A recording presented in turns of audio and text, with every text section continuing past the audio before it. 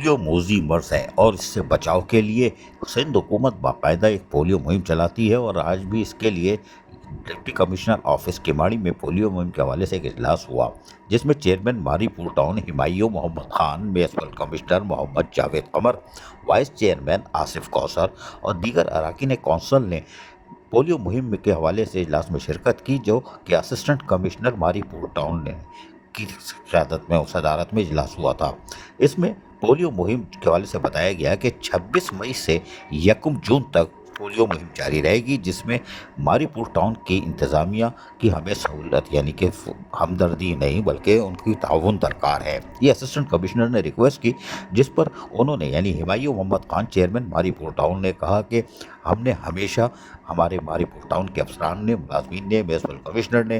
ہم نے خود جا کر گلی محلوں پر کونسل کے اراکین، کونسلر تک بھی، ہمارے خواتین کونسل کی ممبران بھی پولیو مہم میں اپنا نمایاں کردار ادا کرتی ہیں، کیونکہ یہ ایک عالمی سطح کا مسئلہ ہے اور پولیو سے ہم خود اپنے ماری پور ٹاؤن کے بچوں کو محفوظ بنانے کے لیے اقدامات کرنا چاہ رہے ہیں۔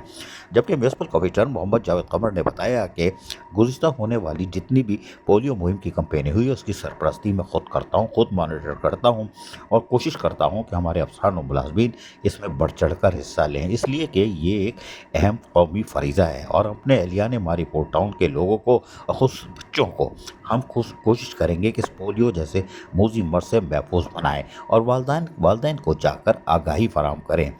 محمد جاوید قمر نے کہا کہ ہمارے کونسل کے ممبران، خصوصاً خواتین کونسل کی اراکین، وہ بھی اور کونسلرز جو یونین کونسل کے سطح پر ہیں، وہ بھی گھر گھر جا کر والدین کو آگاہی فراہم کرتے ہیں۔ اس سلسلے میں ہم ماضی سے زیادہ محنت کریں گے، اس لیے کہ پولیو مہم جو 26 مئی سے شروع ہو رہی ہے، 1 جون تک جاری رہے گی، اس میں ماری پور ٹاؤن کا پہلے کی طرح نمایاں کردار ہوگا۔ یہ یقین دہانی چیئرمین ماری پور town Humayun Muhammad Khan, municipal commissioner محمد جاوید قمر نے اسسٹنٹ کمشنر کو واضح طور پر بتا دی اور کہا کہ ہم اس میں پیچھے نہیں ہیں، اس لیے کہ قومی فریضہ ہے۔ عزیز عارف، KBS بلدیاتی نیوز، کراچی۔